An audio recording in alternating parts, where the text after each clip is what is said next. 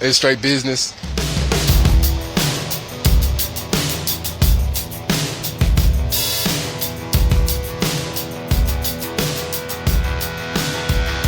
On 3rd and 7, backside pressure comes and it's stripped out. The ball stripped out by Jacob Martin. Motivated. Nice, and it's intercepted. Lonnie Johnson with the pick. Johnson down the sideline. Can he outrace everybody? He can. Touchdown, Texans. 2nd down and 11. Pressure up the gut and a sack. It's Omenahu again. He has had a nose for the quarterback tonight. And welcome to another episode of the Turn Up for What podcast, talking your Houston Texans straight from the Great British Isles. Joined by a first-time guest this week, Texans Doctor, the good doctor, John. How you doing? Doing some sterling work for the Texans Wire, so thanks very much for coming to join us. Well, I'm excited to be here. Thank you for having me. Oh, it's good, man. We're extra game this year, and a never-ending list of stuff to talk about, so we're having to expand our repertoire of guests. But your article earlier in the off-season kind of got a lot of love online, Texans Twitter, about just kind of how you'd change your views of the team slightly and how you're sort of taking the David Culley. Do you want to kind of talk about that to kick us off? Yeah, I mean, I guess to start, I think all Texans fans would say that this has been the off-season from hell. It's almost been soap opera-esque in terms of everything that could go wrong seemed to go wrong. You know, first we had the Easterby drama, and then Watson demands a trade, and then Watson has horrible allegations, so we lose him as an asset completely. And then our draft takes a lot of heat. The Davis Mills pick, obviously very controversial. So I guess that came from a place of when I was watching the Texans for a lot of this summer and in the spring, I was very much resentful of what's happening on Kirby. I think a lot of fans feel that way. And the David Culley hire struck me as one as this league is fantastic at finding talent. If you're talented, if you're good at something, they will find you and they will put you in a position to do that. And I said, if David Culley is, I believe he's 66. Is that 60? Yeah, 66. He's on the older side, and I said, if you've been a position coach for this long and you haven't received an NFL head coaching gig, I'm pessimistic about the outlook of how that will go. Like if you were this good, like if you're this caliber of coach, it would have happened by now. That was my initial thought. But yeah. Sorry. No, I think you're right. It's I think on the face of it. But you know, my retort to anybody that I suppose the Culley thing is, I suppose you probably, if you thought we were just going to go and hire the best coach available, I think that would be too simplistic and perhaps overlook some of the structural issues we've got as a ball club. But I think games like, or certainly this preseason, seems to have kind of felt not as bad as you thought it was going to be. And I suppose you probably prepare yourself for the worst at times as a fan. But yeah, what do you think of Culley then? What's your kind of outlook and what's your overall sentiment from the article? So I would say in the article I kind of talk about in the last 3 months, I think Culley is a face that is easy for Texans fans to cheer for. His demeanor is wonderful with where the team is. I think he's the right person, and they might have known more about the drama that was to come with Watson than we knew. Yeah. And he's honestly been the perfect personality and person to take care of this. We'll see what that looks like on the football field, but from what we have seen, at least in the preseason, is a team that looks competitive, something that at the end of the Bill O'Brien era and that Baltimore, the Pittsburgh game, like those guys didn't want to be out there, it looked like at times. And then the last 12 games, we all knew that was a disaster. The guys, they're out there, they're competing. The team is marketing and handling itself well internally, despite all the distractions. And he's creating something and a culture and a team that is really easy to root for despite everything else going on. So I'm impressed, and I'm glad to have him right now. And what it may be, I think this is probably could be a lost season no matter who is the coach. And I think he's the right man to guide us through. It's going to be a tumultuous 2021.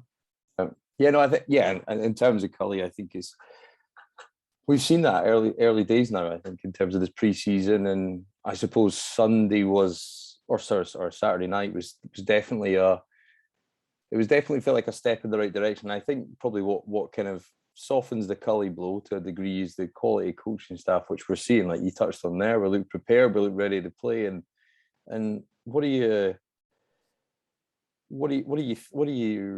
rate this coaching staff in terms of, but without going too specific player wise, but when you look at both sides of the ball, you think you've got a defense there who has an identity, which is for a long time we've not been able to say that, apart from Cronell, playing prevent, soft coverage, relying on stars to try and get home to the quarterback and not really having much on the back end. I think, and then you've got an offense who, probably didn't cover themselves quite inglorious at the weekend there against Dallas, particularly considering how bad that Dallas unit was, and they've not overly invested, and Tank Lawrence wasn't out there. But how would you rate the coaching staff and in a position that they're in, where, as you said, there's positivity growing? But how much can you speak to the fact that this coaching staff and the job they've done, considering the amount of new players they've brought in this offseason? That's a good question. Rating. Let me think on the rating, and I'm just going to talk about the coaching staff for a second. I like how it is assembled right now. One of the problems with the 2020 Texans is it did feel like the world was on Bill O'Brien's shoulders to put together the roster, put together the offensive game plan. Like, there was a lot riding on one person. And Coley very much comes off, he's the captain of the ship. This is Lovie Smith's defense.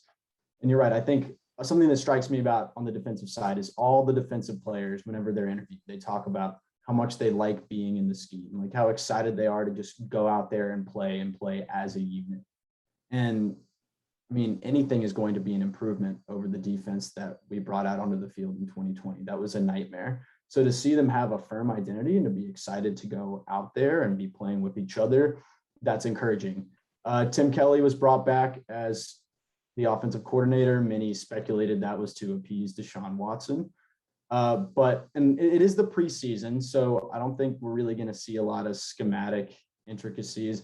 I am moderately concerned about our ability to run the ball. We couldn't run the ball well last year, and this is something we're clearly invested in doing this year. I know against Dallas we had a really rough time, but against Green Bay we did pretty well. I think we had 170 rushing yards. I like the coordinators, and I like that they seem to be on top of things. And it seems that we upgraded many of the positional coaches, where I don't know, like everyone complained about who was the offensive line coach. Oh, Mike Devlin, yeah. Yeah. People have been talking for years, like, get him out of there. And it's just like even Pep Hamilton at quarterbacks coach, there's people on that staff that provide reason for optimism compared to the prior staff. We'll see how good it is. I think the last time we saw the Lovie Smith defense at an NFL level, it was not very successful, but this preseason, those guys are fired up. They're forcing turnovers, which we did not see at all last year. I'm definitely feeling a lot better about the staff than I was 6 months ago, let's say. Yeah, you're right. It's vanilla right now, and there's not a huge amount of schematic intricacies and disguises and looks. And I know they kind of mix some stuff up here and there at times when I watch the game back. But yeah, I suppose you feel like they play, and I kind of come back to that central question. I don't know what you think, John, but do you think the positivity from the players is the culture that they've truly built, or is it more from the type of guys that are in there and they've gone after specific guys, and the people who did cause them trouble are no longer here? And I sort of toy with the idea of which one, if it's the former or the latter, but it certainly feels like, it's certainly given it a positive vibe at the start of the season. Talks about that in the last couple of weeks, but I suppose when it doesn't become vanilla, that's when we'll know actually if any of this stuff makes sense. I guess that was two questions. I'll start your last point. Yeah, we can't really evaluate the coaching staff until we see them run full speed. Week 1 against Jacksonville, we'll know, right? I think the biggest weakness on this team is our defensive backs, and DJ Chark, Laviska Shenault, and Marvin Jones are coming to town. And that'll be a good first test to see, okay, Jacksonville, that's another team that has like, okay, what will they be doing schematically? Urban Meyer is an equally unknown commodity at the NFL level as David Culley's first time. But until then, it's good things. And then you asked, is it a reflection of the players on the team or the coaches that we've brought in. Yeah. And I want to lean that it has to be the coaching staff, because we're hearing the same guys from last year give dramatically different sentiments about where they are in the scheme and how they feel about being on the team. And maybe, I know some people talked this week that Ross Blacklock may have taken a backhanded shot at JJ Watt or at Bill O'Brien. So maybe we do have some guys out of the building. I don't know what to make of that. But maybe guys have left that were making it harder to be that excited. Yeah. But I have to think that I hate this word culture after the Easterby nonsense, but I do think there has to just be a different attitude in the building. And that starts with the coaches. Yeah, and I don't know if you heard the depiction of the entrance to the Cully post game press conference, and you hate to try and kind of push the kind of trajectory of people being kind of in a good place about this team, because they haven't been for so long. They've had not had any reasons to be so, beyond blind faith and optimism that that's not really substantiated by a great deal. But I think when you heard the depiction, I heard Landry Locker on the Radio 610 talking about it. I saw Brandon Scott tweet out as well. Both guys we've had on the show before and talked about the kind of issues on this team. But they talked about when Cully walked in that press conference, he was followed in by Easterby. Easterby sits down at the back and observes the whole time. And then when Cully gets up and goes, he goes with him. And then I know I think it was Rivers McKibben pointed out as well about how Charles Omenihu got the game ball.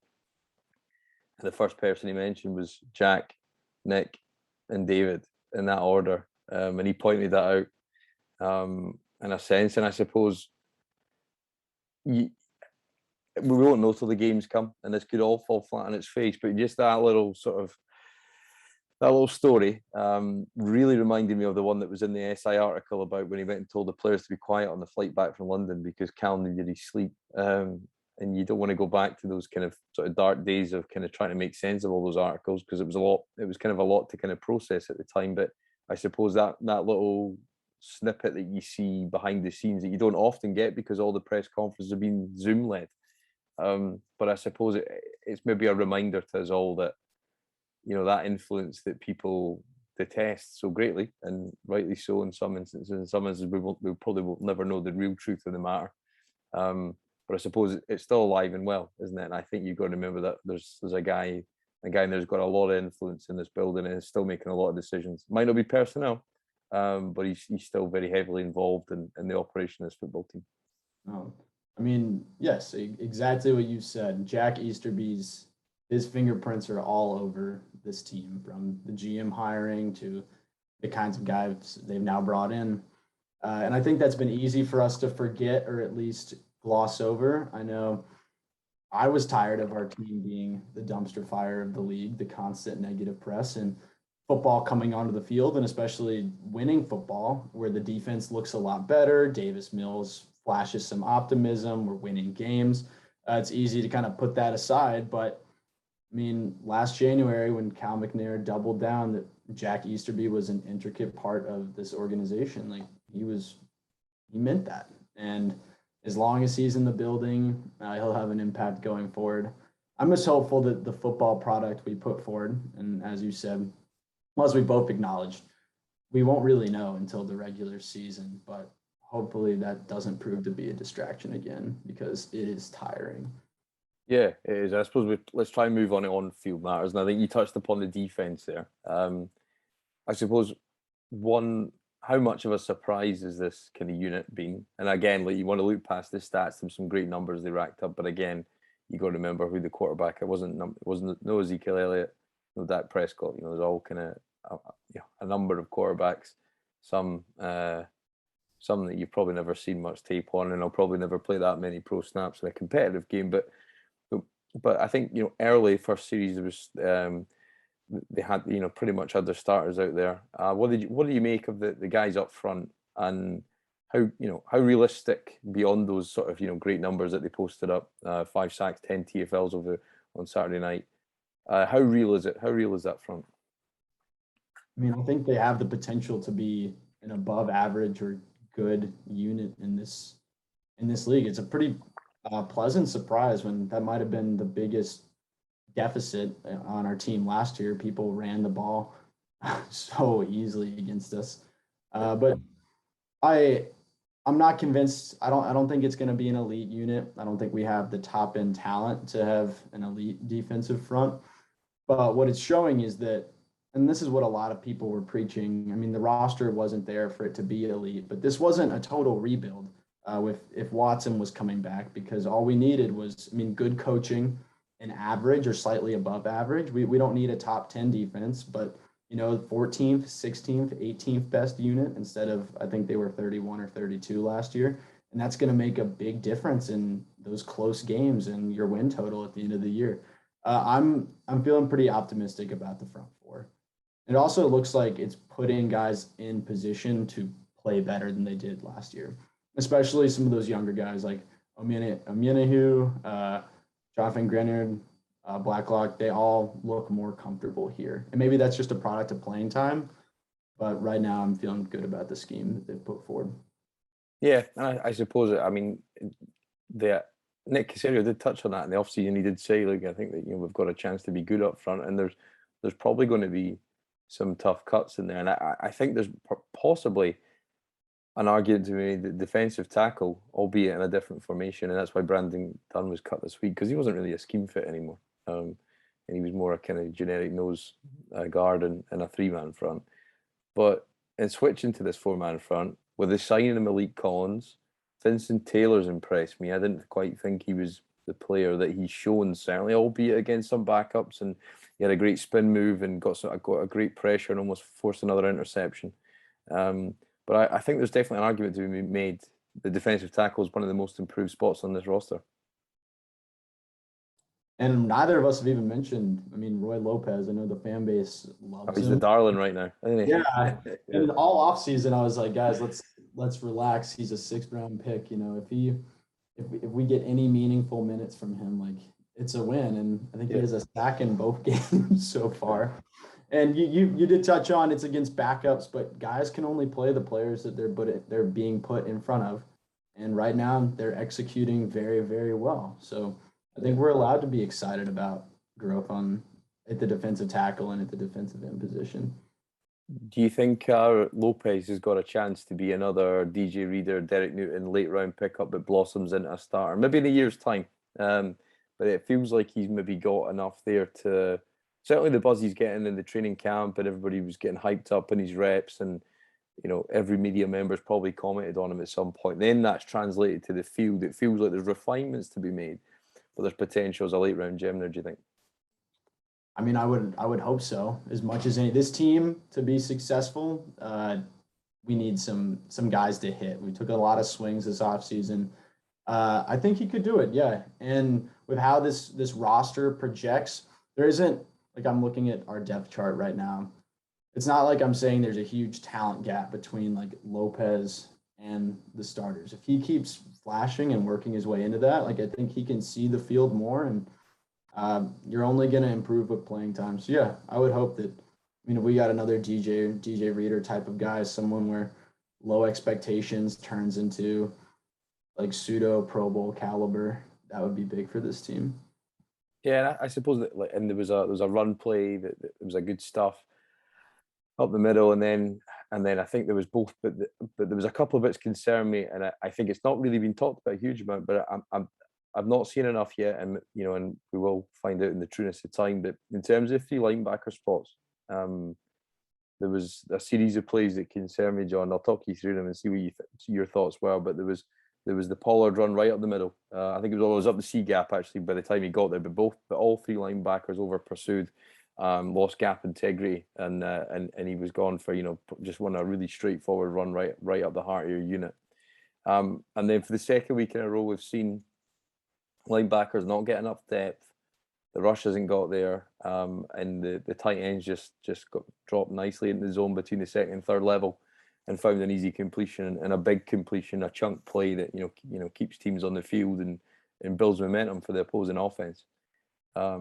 So that's twice in 2 games. It might just be a nuance, but certainly I think that's potentially an issue for this scheme, and one of the reasons why people talked about this scheme being perhaps outdated, and the growth of tight ends and weren't quite as athletic and the game breakers that they are now when this scheme was in its early formations in the league. So have you got a concern about the linebackers and just like looking at those 2 examples there? Is that a potential weakness and it might nullify some of the good work these guys are doing up front? I'm not as concerned about the linebackers as I am about the defensive backs, specifically the corner position. Yeah. But I think we all knew that even in transitioning to a 4-3, we have less linebackers out there, but more is going to be put on individuals. Cunningham, we know he's good. He might be overpaid, but he's a rock solid starter. He's there. And then we signed a ton of guys to, you hope you find something that sticks. So I didn't get to watch on this past Saturday, but I watched the week before. I've seen bits and pieces of this past Saturday. And I think, I am a little worried about the linebackers, and that's our whole defense right now. I think the front is flashing the most potential, and then the linebackers, I start to have some questions. And then when we get out to the outside, I'm like, okay, what's going to happen here? Yeah. I think your concerns are pretty valid there. Yeah, and I suppose the defensive backs. I think Terrence Mitchell's added an element, and you got to see those starters out there, and you saw Roby get a nice pass break up early. Desmond King was doing some work out there. Interesting that Eric Murray was kind of the starter, and they let Lonnie Johnson come in and play later, despite Lonnie getting the big pick 6 and getting a score, and he's flashed. And I suppose it's probably a sense of he's not played He's not played that position long enough, not had enough reps, a converted corner, or as he was drafted in 2019. But yeah, I think there's still a lot to be worked out on the back end, and I think until you go against the top tier talent in a league that's there is a litany of wide receiver talent, and it's only growing every year. That potentially that's a spot that they look like, and for me is one of the biggest question marks I think as well is you've got Roby suspended for week 1. And then you've got the instant question. Terrence Brooks, Shane Carter got a late interception, but I don't think any of those guys, and certainly it's not Vernon Hargreaves. I'm surprised he wasn't cut this week. But again, he had a series of plays where they went after him. So, when you've got a weakness there, I don't know if you remember the Sharice Wright implosion where he got done on double moves multiple times in the end of the 2018 season. And he was the biggest weak link on your defense. He was the former weak link to what you saw with Vernon Hargreaves and what was the other guy on the outside again? You probably try and dismiss these memories, but yeah, it's a concern that there is potentially a weakness there. That no matter what all these guys do up front, even the linebackers are above your average medium line or the production that you expect them to do, the solid in the run. There's always a propensity when you saw Cornell Armstrong out there last year, and when you saw Kean Crossley was just traded last week. If you go back to the game, we're actually on week 17, they've done everything right. Not a great play call. And then A.J. Brown just takes a huge gain and they kick a field goal. And that's all it takes. That's all it takes at this level. And I think that's the concern. If you've not got guys that can stand up and press, they'll be asked to do a lot of zone. But I think that's always something that we've not necessarily improved because we've not added players there who are going to make a difference. And I think you have done that at the front end, but getting corners is tough in this league. It's probably the third most important position on your team. I agree with what you said. The receiver talent is at an all-time high in this league. So you better be ready to try to stop. I like that our pass rush should certainly be better this year. But if your guys on the outside aren't holding up, then it doesn't matter how quickly, unless they're getting there. Which I don't think there are elite edge rushers on our team right now. I think there are some good guys, there's some promising guys, but nobody who I'm looking at and saying like, okay, I feel really good. Like he's going to generate the pressure we need to take like the heat off our corners.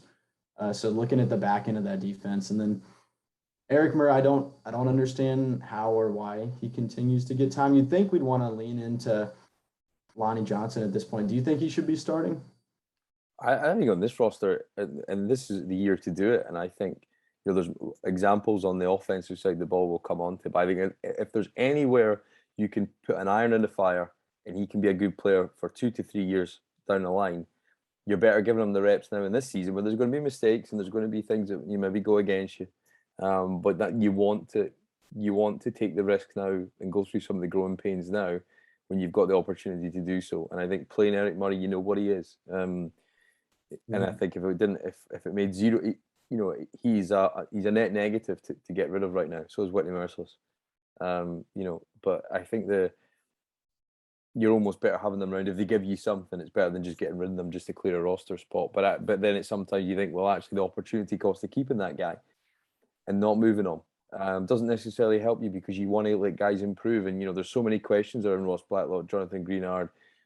Obviously, John Reed's been released this week, but these guys just didn't get a fair crack of the whip last year. So anybody who you think can come in and play at a cheaper rate than these guys can do and give you better production or arguably the same production for less cap dollars, then I think it's worth the gamble at this stage. And I think you don't often get positions as a GM or as a head coach or a front office where you get that luxury. And I think they have this for this year, maybe next year. But it's starting to build the formations of a roster and depth on a roster. And Lonnie Johnson's a perfect example of that. And you saw him with the pick six, great play. But I mean, how many Ben DiNucci's or whoever it was that threw it to him are you going to play every week? But yeah, anybody you can get reps, I think is an investment in the future. No, I agree that we may be stuck with the Merciless and the Murray contracts, but that does not mean that we need to give them time. Like they're not going to help this team win games, and they're not projected to be part of the future. Yeah. So there's the opportunity cost, as you said. Yeah. Lonnie out there, Grinner, there's a lot to be gained just from letting them go out. And if they make mistakes, that's fine because, frankly, we don't trust their veteran counterparts anymore to make the right play. And I hope that the coaching staff will lean into that because this team is probably a year away. Yeah, I think so. At least, to even be, in a position to be competitive, I suppose. So I think that definitely my message to people would be temper your expectations on this defense because you can't restructure and you can't find elite pieces. There's a reason why people, if they're at the top end of the draft, 9 times out of 10 will take an offensive lineman, an edge rusher, or a cornerback, and because they're just so hard to find. And even when you did have that elite talent, when you had Clowney, Watt, and Merciless all reasonably in their prime, and those guys didn't play together enough, don't get me wrong. But even when you had that, it still wasn't enough sometimes, because people scheme around you, get the ball out quick, and scheme comes into it. And talent can trump scheme. We've seen game breakers, but we no longer have any game breakers on this squad, particularly on the defensive side of the ball. So it's a good start. I think the coaching staff have done a great job to get these guys in a position to play. And I think Lovie Smith is obviously the players have taken to him. And I think he's probably more relevant than Cornell because Cornell showed that at the end of last year and interfered with Anthony Weaver and probably let Anthony Weaver down a bit because I think he deserved a better crack at the whip than he did.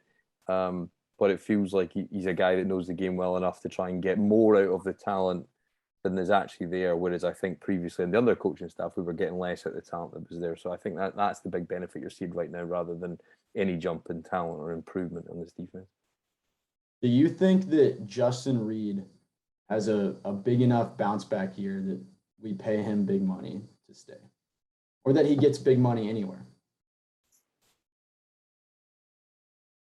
It depends on his overall game. I think he's been asked to do less. I saw he tweeted out he's definitely he's confident this year that this suits him better.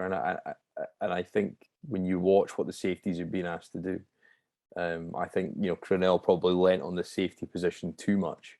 When you saw when Kareem Jackson and Tyrann Mathieu had that one season, it worked because they knew it, and actually it covers up a lot of corner play. Whereas before, I think when you got younger guys, less experience, it just didn't work. And Lonnie Johnson lost it there a lot of the time. So I think he was covering for him. He was talking him through the game, and it impacted his play. So there's definitely there's definitely a chance, that anybody can break out any given year, because they're all working. A lot of it comes down to luck and health, and he's not had that to the point in his career. But I still think he's got some fundamental flaws in the tackling game. I think he takes bad pursuit angles at times. He comes downhill. he hesitates. He could have, if he takes a better angle on that offensive lineman on that screen pass to score on Saturday night, he probably makes a tackle and might hold them at a field goal. So I've seen him do that too many times to think he's an elite safety.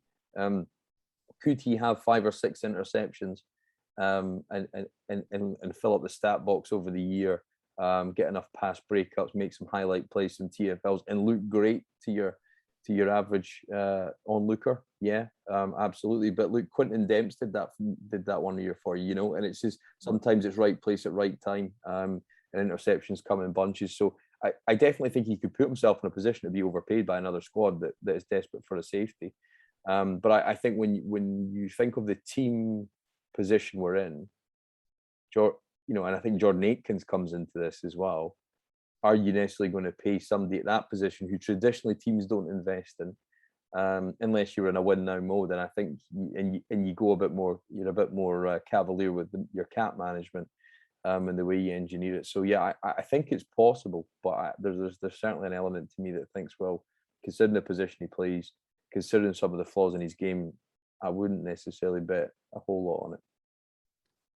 I just think it will be really hard to let him walk if he has a big year. Like you said, I think he's going to be put in a position to fill up the stat box and asked to do less. So I don't think we're going to see as many mistakes. But he is, in the last 3 years, when you think of organic Texans talent, I'm just looking at the depth chart. There's not much of it. I think him. that's yeah. It's him. Yeah. I don't know. I hope he has a good year. Just so we're on the same page, you talking about the Pollard touchdown on the screen pass? Yeah, and he dives in the end zone. He comes and takes a terrible angle, and he sort of tries to get around the lineman, but he kind of just almost hesitates slightly. And I don't know if that's him just pulling out pre-season, or he's not been healthy. But he's 3 for 3 in his own words in surgeries after his first 3 years. So yeah, I mean, you can never underestimate how much health is. And he was in a car crash. Was it last year, or the year before?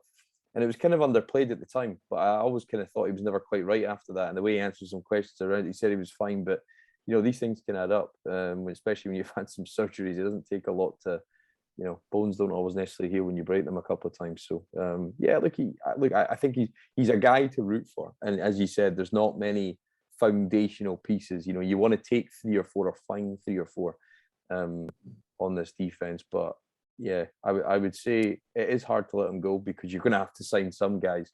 So he might just be a process of elimination. But if it wasn't just Justin Reid, is there any guys you've got your eye on in this defense you think could potentially fit into that spot? A lot of guys on 1 and 2 year deals, mostly 1. Is there anybody you think's a potential kind of candidate? I mean, Charles Omenihu, who gets 2 sacks, he's just turning 24 this year. I said Malik Collins, I think he's got potential to get another deal with us if he can stay healthy and play how he is. Is there any guys you kind of think fits in that category too? Desmond King's on a 1 year deal too, isn't he?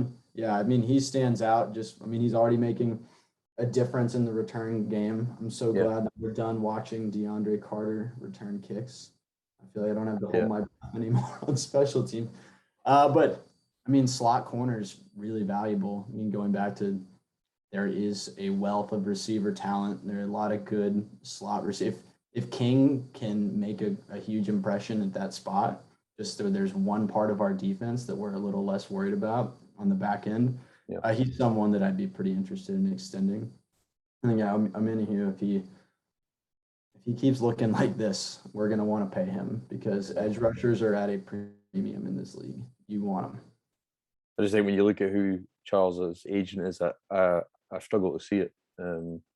I don't think how you probably, if you think athletes first, arguably, they're top clients trying to get out of your club, how do you then get around the table unless somebody else fills in? How do you get around the table and negotiate somebody else? I mean, they might be able to separate the two. I don't know, but if I always think if the franchise's flaws in the approach they took to Cal McNair and thought he was a soft owner and they could bulldoze him and get what they wanted. I don't see, and they've misadvised their main client, in my view, a number of times.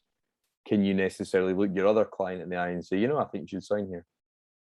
I mean, they're a huge agency. If we can never negotiate with athletes first again, that's going to be a problem. I have to think that that's a personal issue between Deshaun Watson and Cal McNair, and also Deshaun, I think, has a bit of an ego and a bit of a gravity around him to think like, okay, I can pull this power move compared to, I mean, I would hope that that he likes being in this locker room. This is a team that took a chance on him late in the draft, and he's really come into his own here. I could definitely see him staying, and I would think that at some point, agent aside, there are only 32 NFL teams. And I don't think they're going to tell all their clients, we can't tell you to go here.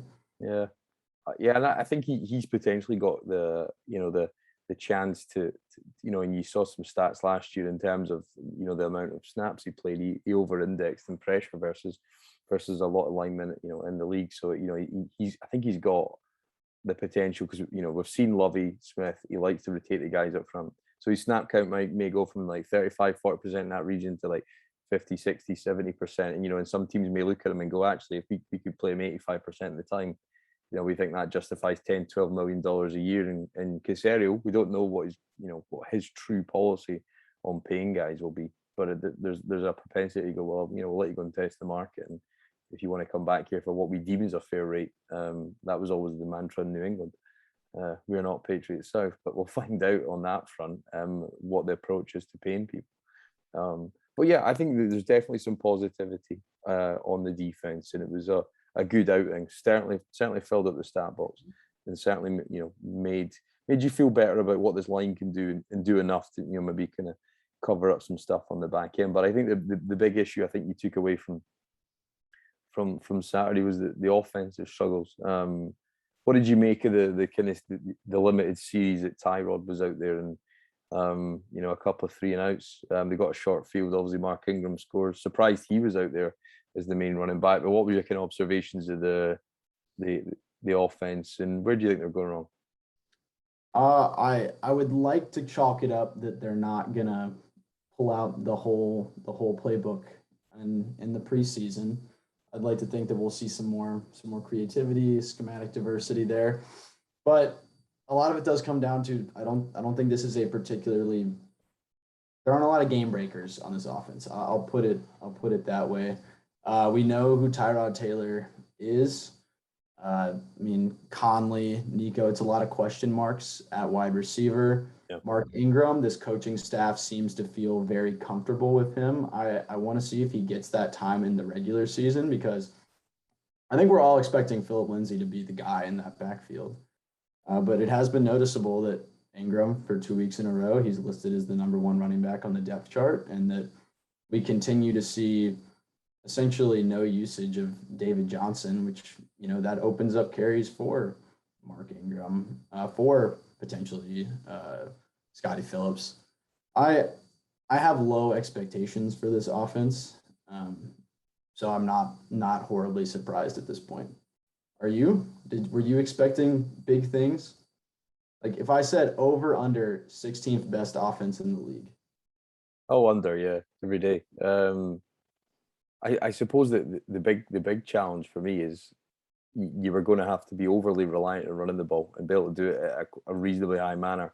You'd have to, if the offense is to find balance and even be close to that 16th mark, you've got to be over 16th, probably best rushing attack, to balance it out, because you certainly aren't going to get the big plays, and it's going to be a lot of short, sharp stuff over the middle.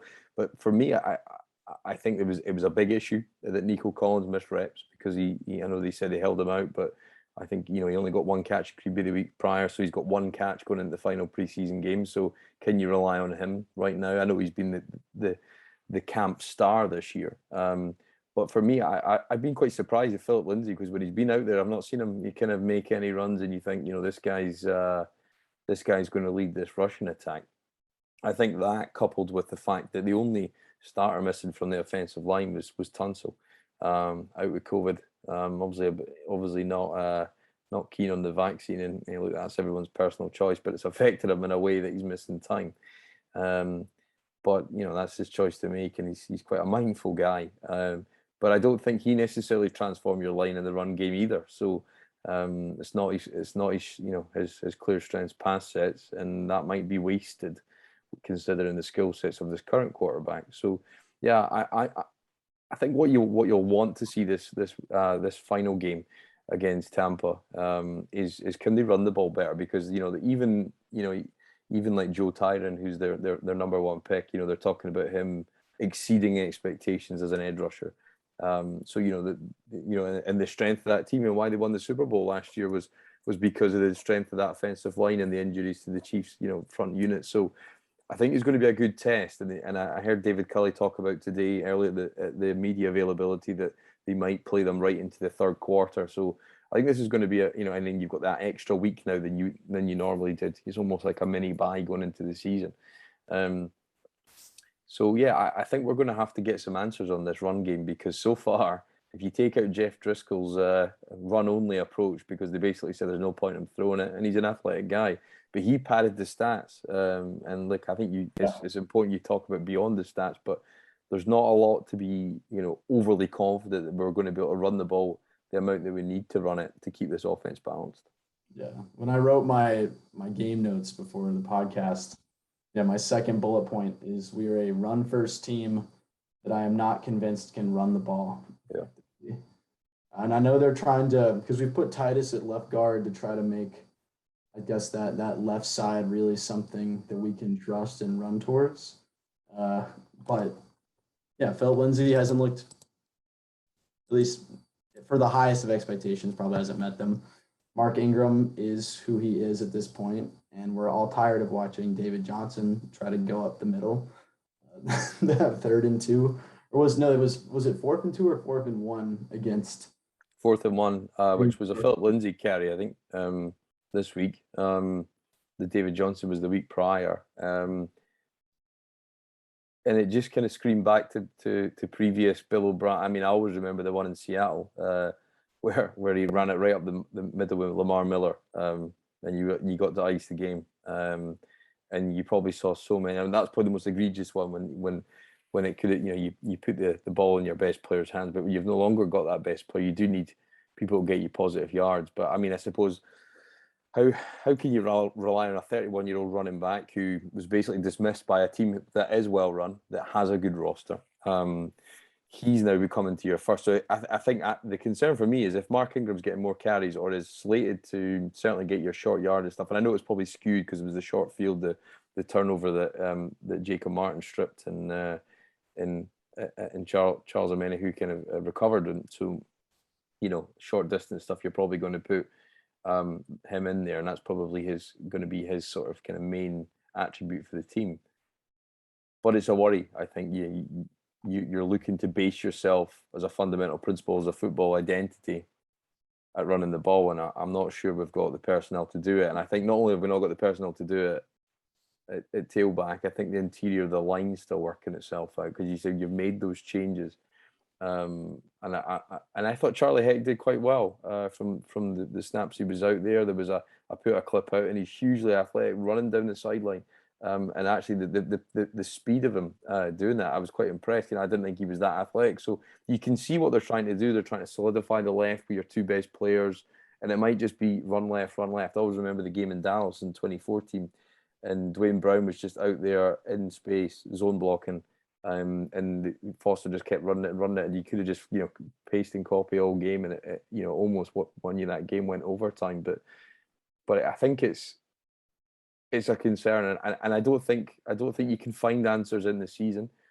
James Camden's going to have to do a hell of a coaching job to get this team running. But for me, I think if you look at the tight ends, and I thought Claire, came in and he's got a chance to maybe make this roster. He sealed off the block for Ingram. Whether he got over the line, if that had been a real game, would that have necessarily counted? I think it might have got pulled back for put it on the half yard line. But they're obviously trying to find ways to run the ball, but I don't think they've got any ways that are necessarily proficient. Because I couldn't tell you right now, John, if this is a zone team or a power team, because they flip-flop between the two constantly and don't look great at either. I mean, we can see their commitment to, I think we have an idea of what they want to be as a team, what they want their identity to look like. And I think there's some cognitive dissonance that, one, it starts with, I don't think it's what the fans expect. I saw a clip that Rivers McCown posted this week. They talked about Tyrod running the ball, and Culley's essentially like, we're not going to ask him to run. Like he has the option to run. Like we're taking a step backwards in quarterback mobility and what the offense can do there. Like whether or not like what Tyrod's reputation is. And then two, if we think we kind of know what the coaching staff wants to do, which is be run dominant this year, they might not be ready to do that at this point, which is difficult to acknowledge. Also, quick question. You talked about the Seattle game. Are you talking about 2017? You talking about the rookie, the Watson, Russell Wilson shootout? Yeah. That one hurt. Yeah. Well, I was there that day, and I always remember it because I thought there's no way we're going to do, it was always, Miller for two, that was always the joke. Him and Lamar Miller and Alfred Blue. And so Blue for two. That was always the other one as well, because the run game under O'Brien in the scheme that we've not changed by any great, stretch of it from what we've seen. And again, it's vanilla. There's not much flavor in there, but yeah, I think it's definitely, and look, I think you'll be able to judge what this offense can be once you can run off the play action. Tyrod's got more mobility than your average quarterback, and you'll be able to see some wrinkles in it. I think it'll open up things. The linebackers have got to respect it, and you've got some big tight ends that are going to be able to find you some nice matchup problems. But it is a concern. It is a concern, I think, of where this team's going to find that identity, because I think they're still searching for it on offense. But as I said, there's a lot to be built in there, and I think scheme is more important than offense, obviously, than it is on the other side of the ball. When you just want to stack talent and let guys go and make plays.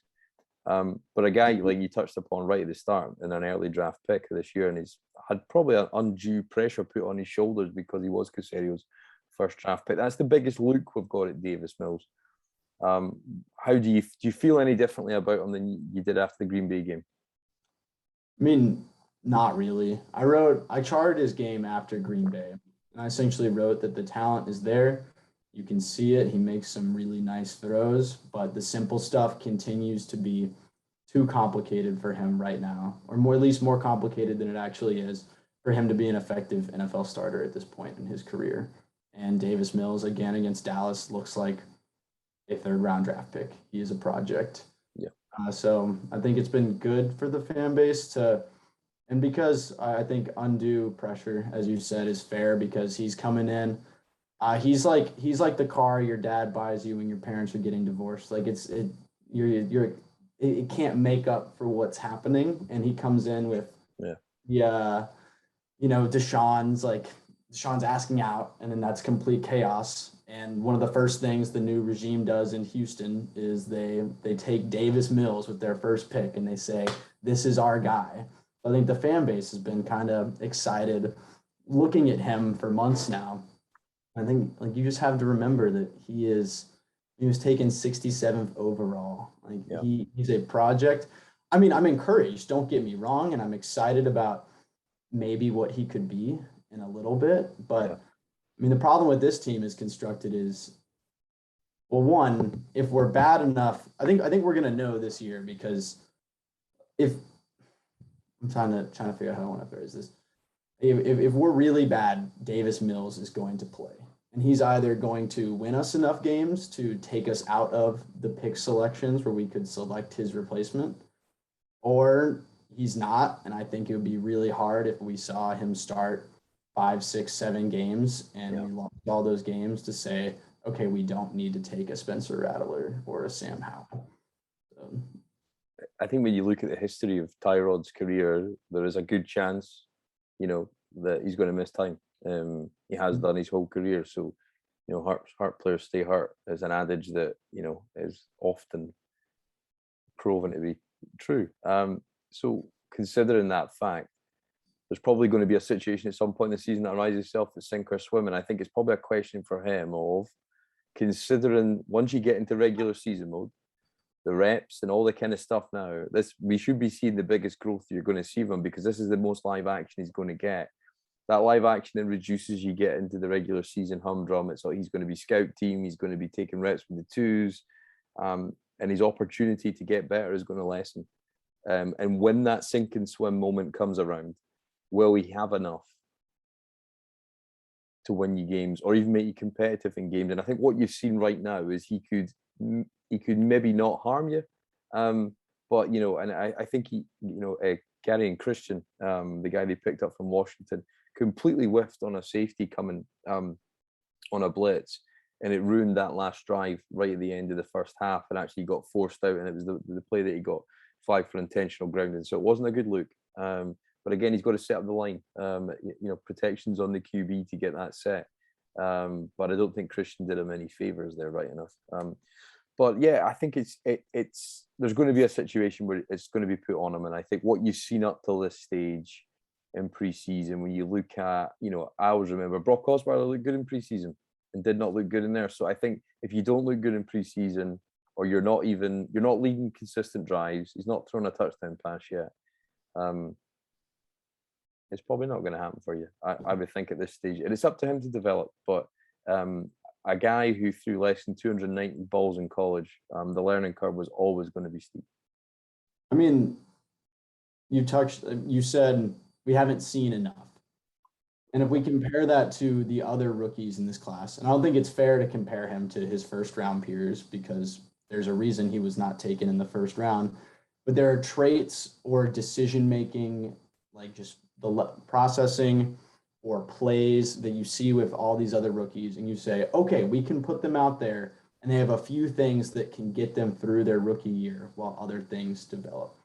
I don't know if we put Davis Mills out there right now, what he can confidently hang his hat on that's gonna not win you games even, but just like how is he gonna survive against an NFL defense? Because the checkdowns, they're not necessarily happening. That short stuff he's really forcing. And then, I mean, he does have some pretty balls there. And like you say, he's some disservice playing with the second string offensive line at times.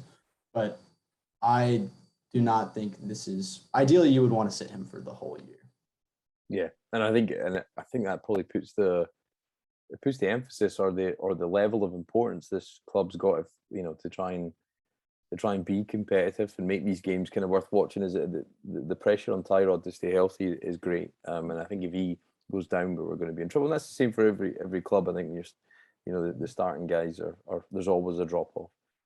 But yeah, I think he didn't show enough that made you overly concerned that you could write him off.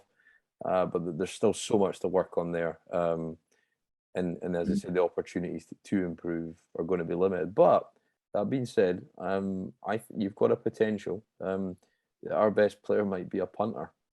What do you think of Cameron Johnson? Because he's been booming them, and I think Frank Ross and that unit in the games, and again preseason, but for starters or true preseason tests, it's special team guys out there because it's limited reps, and you're going to put a lot of the guys out that will be there, week 1 through 17. So I think the special teams is going to have to help us, and we've not seen Andrew Roberts out there, but I think the punter Cameron Johnson looks great. He was the reason why he was the biggest contract and the longest contract you gave. He looks like he can really do something for you and flip, be an advantage for you. And we've not really had that for a long time. No, there's some optimism there. That's a pleasant surprise. That's all you can say at this point, and one that we need. The kick return game has felt like, I don't know if you would agree with this, but it's felt like a negative the past 2 years. Undoubtedly. I expected no explosive plays. And if we don't turn the ball over, I'm just relieved. I'm like, great. Okay. Thank you, DeAndre Carter. Like, please let the offense come out now. So whether I think Roberts is projected to start, or if he continues to miss time and it was King, I'm more confident in him than I've been in the past. And then Fairbairn's on that huge contract, but his numbers, if they stay steady, it should be an improved unit by virtue of it was an atrocious unit last year, and just law of averages. They'll improve, and there's some guys that you're excited about. Yeah. Yeah. I think that's enough for punter talk this week, but I think you got to find the silver linings, really, haven't you? In a season like this, and it does look like a plus. And I think we've been searching for answers there. And we had the Trevor Daniel, and then we gave a big contract to Anger, moved on, but I think it looks like we've generally upgraded at that position too. So flipping the field and trying to give your defense the best chance to get off the field. And as Lovie Smith talks about, scoring points.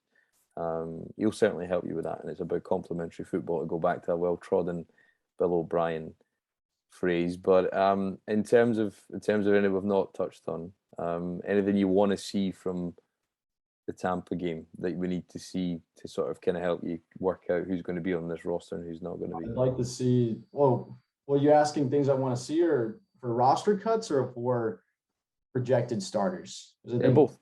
Yeah. I mean, I'd like to see Nico Collins out there this week. Yeah. Obviously, I know Chris Conley's had a nice first game. He had a huge target share, but I think he's a relatively known commodity in this league at this point.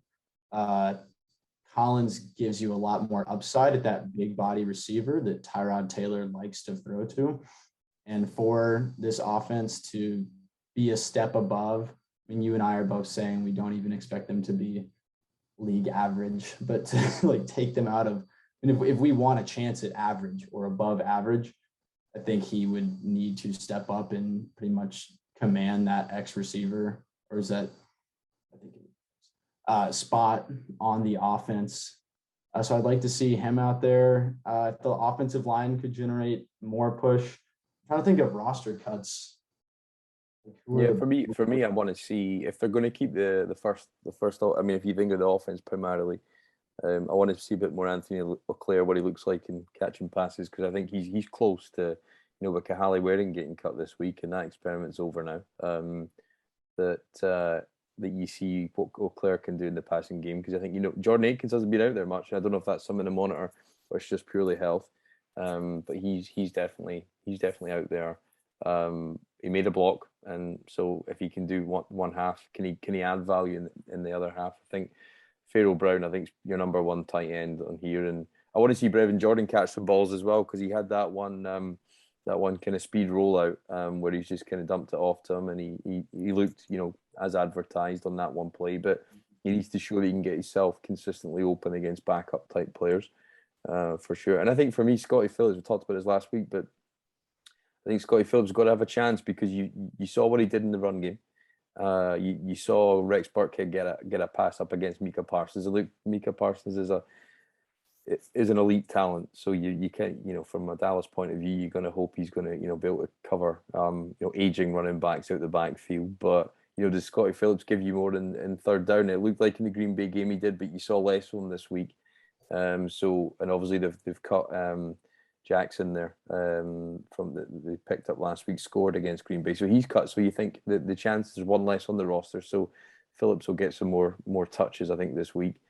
So I'd want to see what he could do behind the best line. If you've got the number ones out there, what can he do? Because at this stage we don't really need to learn anything about them. But yeah, David Johnson, interesting one, because he's a net negative guy as well. So he's kind of one of the guys that you think, well, he had one catch it was a broken play, or a pass attempt was a broken play. So I've not seen much from him. So I think his role's up for question. I want to see Philip Lindsay play well. I think we've not seen that yet. Mm-hmm. I think we have to assume that them guaranteeing David Johnson's contract, that he's here. And that's why I don't see any purpose to keeping Rex Burkhead, because we have an aging running back whose best role is to come in on third down and catch passes.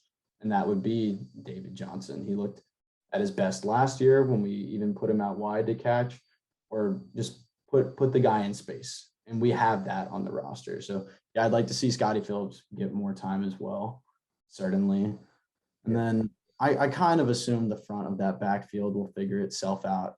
I mean, if we had an encouraging run game, that would be nice, but I don't think that's going to change much for our outlook. Yeah, and I think that'll ebb and flow over the season as well. So you want to give yourself options there, but I think we look a bit old and we look a bit slow, and there's not enough gaps for those guys to hit. So yeah, hopefully we see a bit of progression against Tampa, because even their backups, are of a good standard. I don't know how long we'll see Vita Vea, Shaq Barrett out there. The linebackers are ranging in cover, so it's going to be a good test. And if it's another sub 50-yard game or a sub 50-yard half, I think we'll be rightly concerned, and we'll be hoping just by getting by against the weaker units, and if you can't run the ball, that's going to be a big one. I think we can, if you flip it on the other side of the ball, I think one guy we've seen obviously John Reed go this week. Big Z has just been a victim of the numbers there, but I think we talked about it earlier in terms of defensive tackle being improved with the guys up front. But it even got brought up in the broadcast, and it again talked about it last week, but I think it crystallized it this week. Shaq Lawson out there late. He either doesn't want to be here because he's Deshaun. I was thinking that yesterday. Is it because he's close with Deshaun? He got traded here. He didn't sign here. Maybe just hoping he can go and find himself something, catch on a roster elsewhere this season. But he's out there late, and I think he's like the odd man out right now for sure. Because I mean, assuming that Merciless is uncuttable, which I think we would both agree. You think we can find a trade partner for Shaq Lawson? I don't know what you get. I mean, I suppose if you just flipping slightly over, with current news. Caserio makes another trade yesterday, so I think he's up to 7 or 8 trades he's made now. Kadar Holman, who's out of Toledo, comes in as a depth guy at cornerback, which we need. We talked about that earlier, but yeah, I wouldn't rule out any move at this stage of this off season. As roster cut downs go, I think we'll pick up a number of guys on waiver wire. There's got, and I think DeMarcus Walker as well. He's a guy that's right on the edge, but you saw him driving guys back, and actually, I hold my hands up. I wasn't impressed by some of his take last year, and from what I watched, the selective games, and you saw his sacks; they were all just kind of missed assignments. But he looks a guy that could add some value as a rotational piece. So would you rather have, would you rather find out what you've got for future years, or do you keep guys whose contracts are bloated? But I don't know if Caserio is necessarily tied to any of these guys, and I wouldn't be surprised if there is some high-profile cuts because it happens every year. I just would have a hard time cutting Shaq Lawson. Say what you want about McKinney, that's a real player. He's a good little linebacker in this league, and Lawson was the key return piece from that. I mean, just 2 years ago, he was signing that big contract with Miami. I can't believe that in a league where we just traded a 6th round pick for a corner that played 2 games really last year for Green Bay. I went and looked before this thing. I saw 2 games where he played over 40% of the snaps. That a pass rusher with the reputation of Lawson could not bring back an early late day 3 pick. Yeah, and I think this is the time of year that everybody's got potential and hope, and people are probably more likely to make moves now than they would be a few weeks down the line as the season starts to unfold. But yeah, I think there's definitely some cuts at the edge position there because there's probably enough players who have shown. There's enough players who have shown what they can do, and then you got Merciless and Lawson, who I struggle to see a position where if you keep both those guys in the roster, then you're probably going to be letting a guy who's probably looked decent enough up to this point in the preseason that probably would warrant a spot. But I think we'll find out more this week. But I suppose, you've got to remember as well, these preseason games are only part of the evaluation, and not the majority. I would suggest for training camp and their attitude in meetings and what they bring to the locker room as well. Going back to that culture piece. Do you think we'll get any? Does Hard Knocks come out tonight, or did it come out last night? No, it'll be out Tuesday. Yeah, it's out Tuesday night on HBO. So yeah, I don't know if we'll get anything. I saw the one last week, and I think it's become almost not unwatchable, but it's certainly not what it was. And it's just kind of soft human interest pieces, not a huge amount about the actual building of a football team, not a huge amount of behind the scenes conversations anymore. It's all kind of out in the open on the practice field. There's not the dramatic moments you've seen in some of the seasons prior. Offense. Yeah. I watched the first episode and I was kind of underwhelmed, so I haven't watched since then. But I'm thinking I'm kind of hoping we get some good Texans footage. Thoughts on that game? Well, I think that when you saw the Rams joint practices, there was no mics on the Rams guys. It was all from afar. So if it's the same as that, which I think all teams are kind of almost shunning it because I think there's so many people that are paranoid about competitive advantage, giving anything away to their opponents. I think it's so edited to an inch of its life. I think it's taken a lot over that. But you never know. Hopefully, we'll maybe get something, an insight thing. Because I remember, was it not against when the Texans were on it? You saw Rick Smith making a trade in the stadium when he picked up Chris Clark from Denver, and you saw him in the car driving on, talking to John Elway. So they were the kind of good parts of it. You got to see behind the scenes. That's why fans liked it. But when you watch it now, I think it's pretty light, and it's just kind of it's personalities over the substance of what you want to see is behind the curtain of the game, really. But any of the cuts surprise you this week? I was surprised by Rod Johnson last week, actually. I think he's failed in training camp, so I was a bit. Yeah, I think he showed at times. I remember putting out a clip last year when he jumped out on a screen pass, blocked the lane, and did it better than probably some of your starters had done. And actually, ironically, we ran the ball better in the games that Tunsil was out than he was in for, and Rod Johnson filled in admirably. I thought that was a bit of a shock in terms of those kind of cuts, but I was surprised. There's definitely some more to come. Because he looked good in the. What did Tunsil miss 1 or 2 games last year? I think it was 3 or maybe 4. Mm-hmm. Yeah.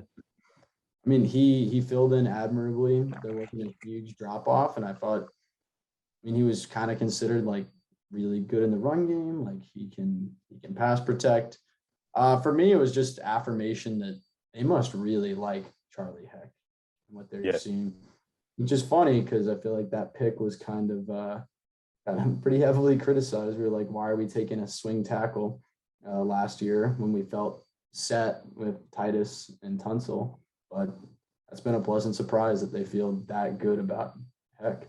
Yeah, and it could be one of the best undercurrent storylines of this year if you can pick up a right tackle in the 4th round and improve your line by putting a guy who's got the potential to be an all-pro guard, I suppose. Then I think you start to solidify that unit, and Sharp can play it right tackle, right guard. Then you've kind of got the line set there. So just the question, I suppose, is Justin Britton where he is health-wise, because he's not played for 2 years, and then you've got potential Lane Taylor and Marcus Cannon as backups if they can be healthy. But they're 2 guys who we haven't seen anything of. So at this stage, you think I can't see both being here on this roster because you just can't carry that many guys up front. Yeah, I'll be very curious to see where they go. Yeah. At least I will say, as a unit, I feel better. I don't know if I should. I'll ask you this question. Do you feel better about the offensive line going into this year than you did last year? I don't, but I think everybody made that mistake, didn't they, last year, that they thought it was going to be, you'd invested so much, it was like you'd put so much money into a car or a house. You thought, well, it was obviously going to be better, but then the performance of it, did not warrant the investment, I suppose. And it's the engine of your team. And it means so much to have that, because if you look at the teams that are competitive at the end of the season, when it comes into January, it's all, invariably it's the best lines out there. And that's why these teams make it. So yeah, we'll find out, I think, in time. But I suppose it's this kind of period now. You've seen a bit. We'll probably see a little bit more against Tampa this weekend. You just want to get to the real stuff now, and I think that's the stuff that we'll find out the answers to it. But in terms of your expectations, have they changed now from when they did at the start of the season for this football team? Are you, or where are you at? Let me pull up the schedule here. I want to make sure I speak correctly. I was probably as pessimistic as they came in May after the draft and what to expect from this team.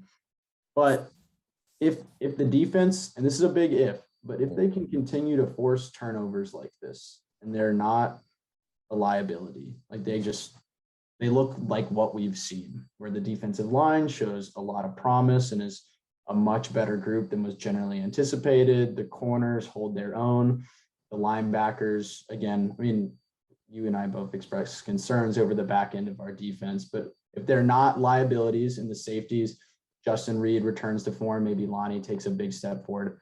I don't think our offense, I don't think they're going to make a lot of mistakes. Like, I don't anticipate us turning the ball over a lot this season between the veteran running back presence and Tyrod Taylor, just the kind of decision maker that he is. And with that, and a defense that may potentially force turnovers or be better than anticipated, games like I'm kind of starting to think that we should win the first game against Jacksonville, which a few months ago I was saying Jacksonville has a better quarterback, so they should win the game. But you watch that team last night against New Orleans and you say, hey, that roster is worse than our roster. Like, that's a winnable game. Yeah.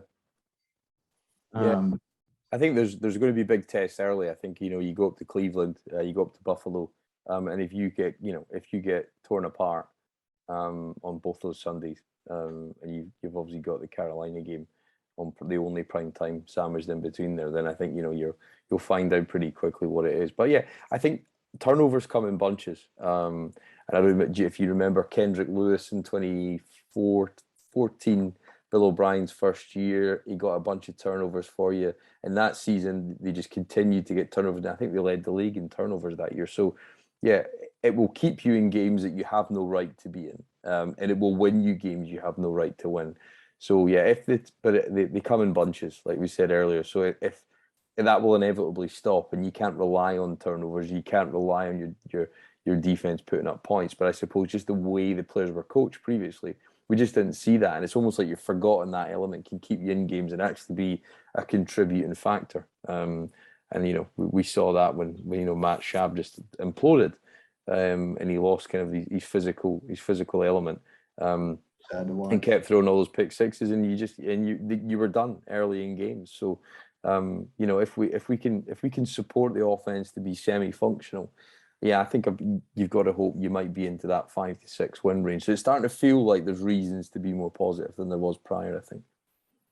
That 5 or 6 win range, which still is not great, and no one expects this to be a great football team, but that feels attainable compared to a few months ago when I think most of the conversation around the defense surrounded, can the Tampa 2 even be successful in 2021? But now the biggest question, like right now I'm thinking, okay, can we force turnovers in games? Because like you said, that'll bring you places where you have no business being. So like Jacksonville, there's a game like I see November 28th against the Jets. Like Zach Wilson's going to turn the ball over, and that's an equally like talent deficient roster. Like that's a win that you can reasonably expect if the defense is what we think they might be. Yeah, and Carson Wentz looks like he's coming back now, I think, or he certainly looked like he was out there participating, cutting yesterday. So, the evolution or the variance in storylines can continue to change. But I think for the first time in a long time, I think you've got to take your hat off to the coaching staff who have done a job well ahead of schedule and got these guys in a position to play. And we definitely couldn't have said that for the last few years of the O'Brien coaching tree, which has only really produced Mike Vrabel. But you'd probably argue he was going to be a head coach in this league, regardless of what kind of coaching staff he came onto. And Tennessee's the big one. That's you've got the 6 games of your division. We've had historically been close, but I think we might be short in a couple of areas that may expose themselves against those teams. I think we're going to find out pretty quickly how much Watson meant to us being competitive in some of these games. Yes. Indianapolis, Tennessee, like all 4 of those games last year, very close. I mean, we lost to Cleveland by a field goal last year, correct? And now that's in the bad weather game. Yeah, there was a weather delay.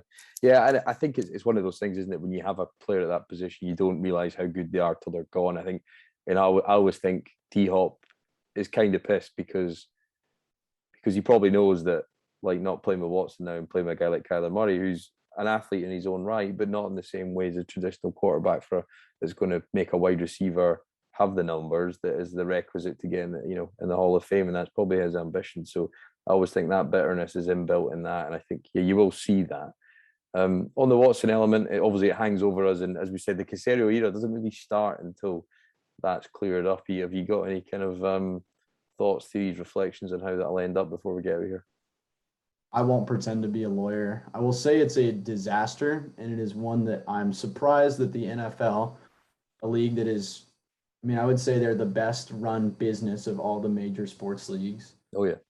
They're just content to let this PR crisis continue in the year 2021. The top 100 video. Yeah, I was just gonna say that. Yeah, the awkward video. That was something, wasn't it? I think that just showed you, whether it was that SI article that came a couple of weeks ago, that some of the complainants, were not or were highly critical of how the Lisa Friel and that team are handling that investigation. But we know they're still not even spoken to Watson. So I don't know. I think when we've had everything going against us, it's like you would have thought the league would have learned by now how to deal with these kind of issues. Because if they'd have suspended him and put him on the exempt list, it just would have taken the heat off that a little bit more. So yeah, that continues to rumble on, and that's really.